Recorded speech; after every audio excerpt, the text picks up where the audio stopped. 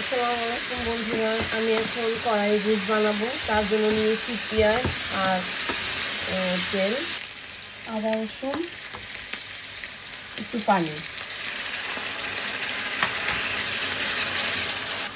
হলুদ 1 চামচ, জিরা আধা চামচ, ধনিয়া একদম কম, কারি পাউডার আধা চামচ, জিরা ফাঁকি, গরম মশলা আধা চামচ, সব ধরনের গরম মশলা, টমেটো মাছ। কড়াই বসে টমেটো মাছটার পরিমাণ একটু বেশি দিতে হয়। আমি আরেকটু পানি দিব।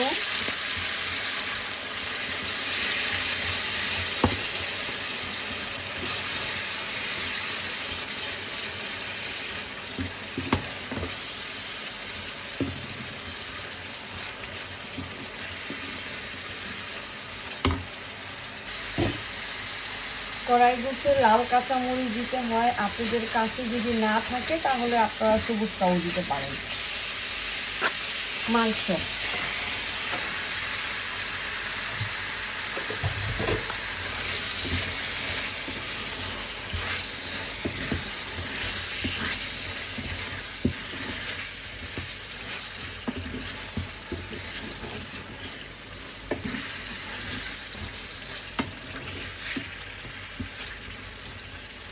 ঢেকে দিব।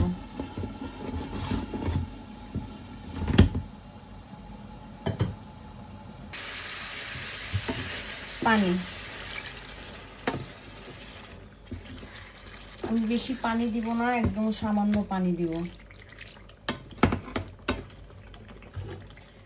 ঢেকে দিব, আঁচটা লো করে দিব।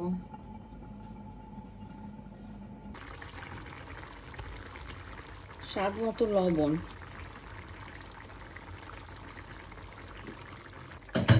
কড়াই গোস্ত বেশিক্ষণ রান্না করা যায় না, এই জন্য সাথে লবণটা দেওয়া যায় না, এই জন্য আপনারা লবণটা একটু পরে দিবেন। আমি এখন দেখবো আমার কড়াই গোস্তটা কেমন হয়েছে।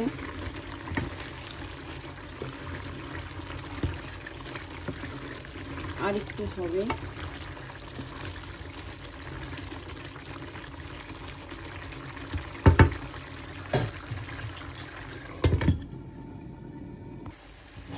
আমার কড়াই গোস্তটা হয়ে গেছে, আপনারা দেখতেছেন। এখন কিছু দিব, এগুলা দিয়ে 5 মিনিট রাখবো, তারপরে নামাই দিব।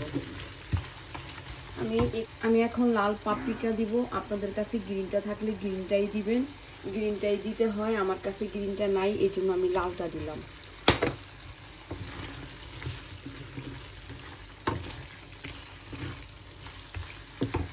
এখন আমি দিব টমেটো,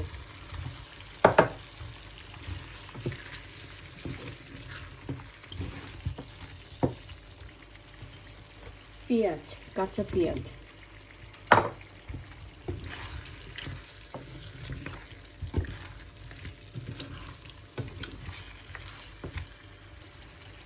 কাঁচামরিচ, এলাচি গুঁড়া,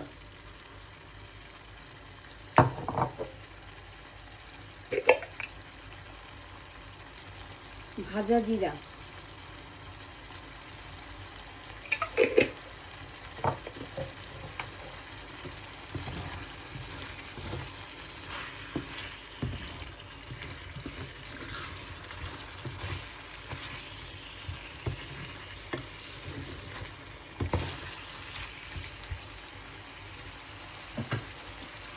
এখন একদম শেষে দিব ধনিয়া পাতা।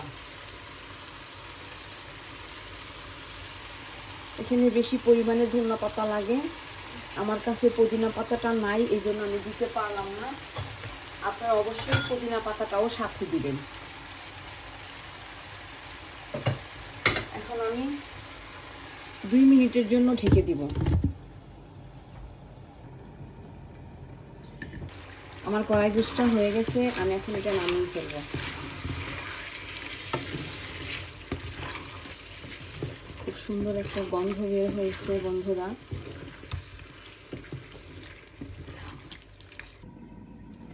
ময়দা,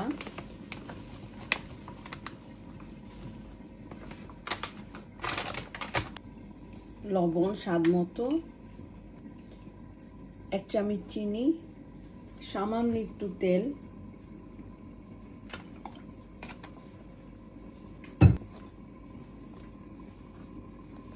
আর এটা গরম পানি।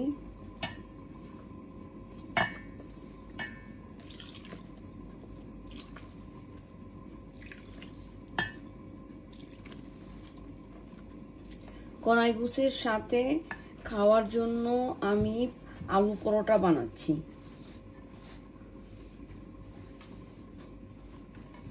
আমি ময়দাটা এখন মথে নিব।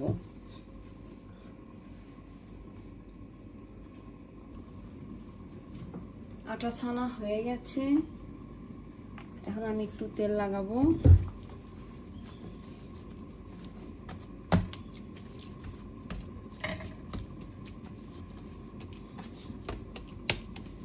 এখন আমি এটাকে রেস্ট করব। আমি আলু পরোটার জন্য আলু মেখে নিয়েছি, ধনিয়া পাতা, পেঁয়াজ, কাঁচামরিচ, সরিষার তেল আর আলু। সেম আলু ভর্তাটা করে নিয়েছি। আমি আলু পরোটার নিচেগুলা কেটে নিব।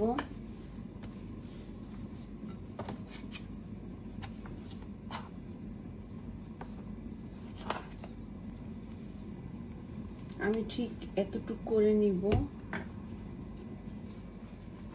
একটু তেল নিব এখানে।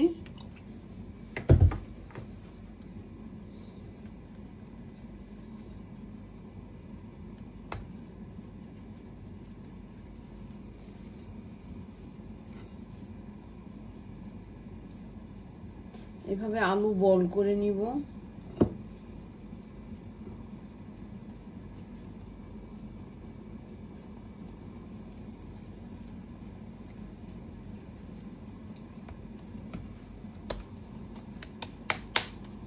এভাবে করে নিব।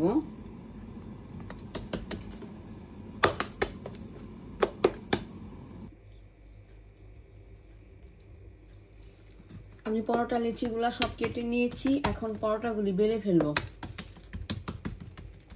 আর আমি এই পরোটাটা পুরাই হাত দিয়ে বানাবো, এটা আমি বেলুন দিয়ে বানাবো না। তার জন্য আমার একটু তেল লাগবে বেশি।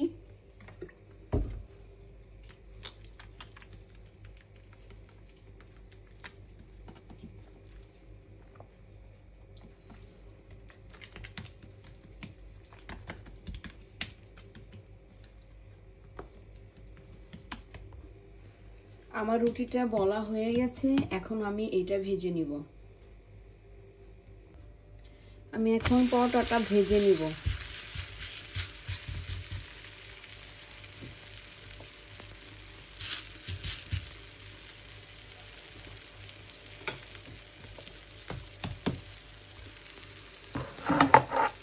আমি পরোটাটা এভাবে লাল করে ভেজে নিয়েছি, আর বাকিগুলোও ভেজে নিব। আমি এখন ঢেলে দিব।